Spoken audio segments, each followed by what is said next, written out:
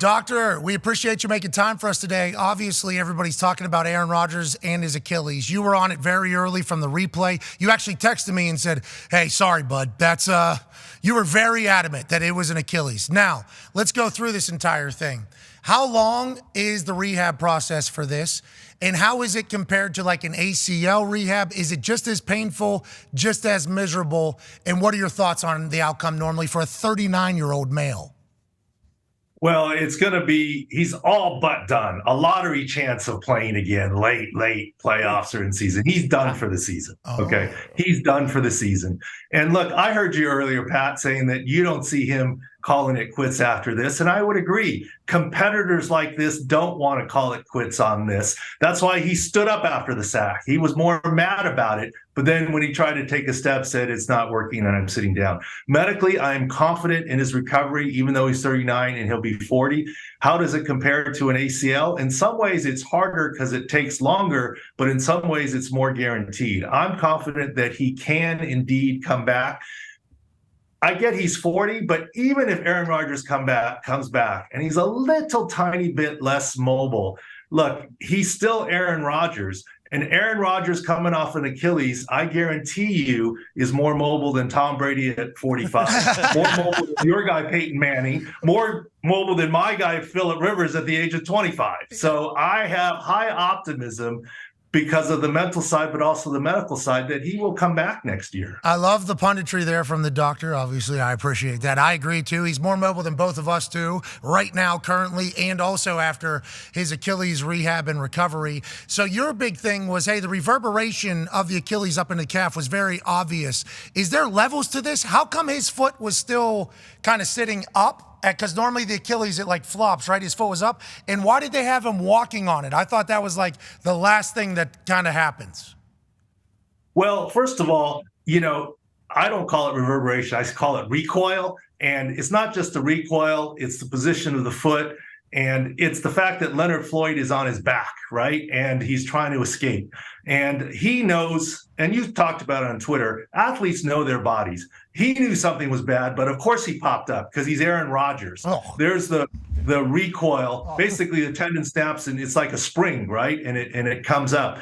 That's how we knew basically for sure. But it's just video, and I was hoping against hope that he'd be okay. But yes, you can stand on it. And he got up defiantly, stood up, and then went, yeah, this is not happening. I better sit myself down. And you're right. He knew it. Why did they get x-rays? You were talking about on Twitter. We know it's not a bony injury. The Jets have a good medical staff, but in medicine, you check every box. What if it's an avulsion type Achilles? You just want to check every box and do this. The boot makes sense. And yes, walking on it doesn't change anything. They reported it as ankle, but the ankle is near the Achilles. That's within norm and legal.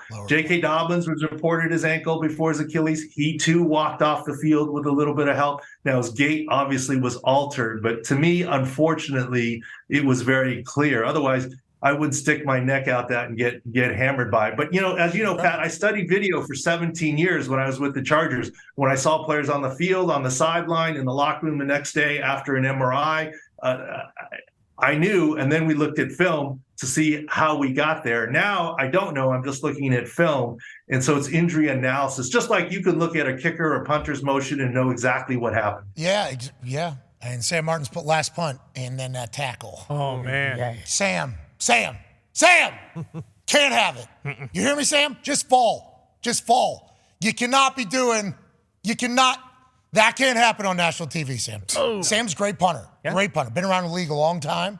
So you say that I can notice something. Sam, we can't have it. You hear me? Sam, run a lap, 10 of them. Hit the stairs. Can't have this on film, on tape. For all of us, Sam. The guy made a good cut, too. He did. So explosive. He tried to do his thing. Still. But you're right. I did. As soon as he punted it, too, by the way, not a great ball. I appreciate you breaking it down. Now, 17 years, NFL head doctor. When's the surgery happening? Soon, right? Immediate? Is that how this? There's no urgency that it has to happen today. It's not an emergency. Who knows? Maybe he's going to get a second opinion and hope against hope. But there's no urgency to do it, whether it's today, tomorrow, next week. I don't think there's any big urgency to do it. And then, believe it or not, he'll actually be on crutches afterwards. Reliable recovery, though. So that's what we're holding hope on. And the other issue I'll address is a lot of players talking about Bakhtiari, about the turf, right?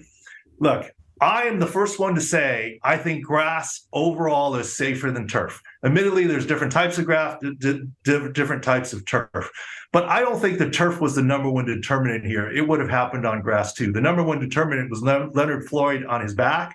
The number two determinant was the previous calf strain and perhaps the age of 39. Number 3 or 4 was the type of field turf. It could be a contributing factor, but I don't think it was the number one factor. Look, J.K. Dobbins tore his Achilles on grass. Jack Conklin tore his ACL on grass, all in week 1. So it can happen other ways. I did see Bakhtiari come back, though, and say, hey, there's only one that is controllable, though, and it's grass. Let's get grass. I would assume that you've said in your answer. I'm for grass. Yeah, okay, good. I'm for grass. Yeah, super grass. I'm just not trying to blame the grass or the turf as the only reason, is all I'm saying. Yeah, you were trying to dive a little deeper. You're like, hey, listen, I understand that it's certainly a part of this whole thing, but there was a lot of other factors that got us to this point.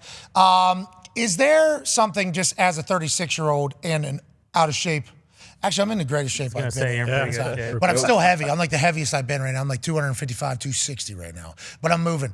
I've always just assumed that the Achilles was going to go. Like, is there training for your Achilles as a human out there? Or is that thing, like you said, the calf strain? I had no idea. So there is a way to make your Achilles stronger? Because I thought it was just one of those things where if it's going to happen, it's going to happen. Is that not accurate? Well, a little bit of both. You can try and train it some, but in certain circumstances, it's going to just happen, with the player on the back, what we call eccentric load. But here's a fun fact. No matter my Achilles versus a defensive lineman or offensive lineman Achilles is not that markedly different in width, breadth, et cetera. As players get bigger, faster, stronger, your Achilles, and just like your ACL, doesn't get proportionately bigger, thicker, stronger per se.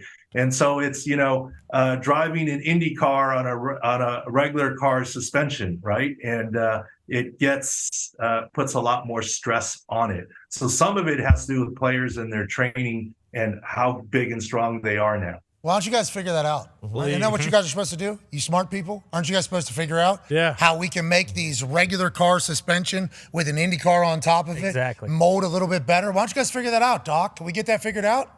We'll work on it. We'll talk to the man upstairs. Well, that's what I just asked, actually, in the middle of that. How come God just kind of mailed it in on the Achilles, which seems to be a pretty important part of the entire thing, Doc? Yeah, no question. And this is where you see the dreaded A's, Achilles and ACLs, right? You don't want it. But I appreciate your comments as punter.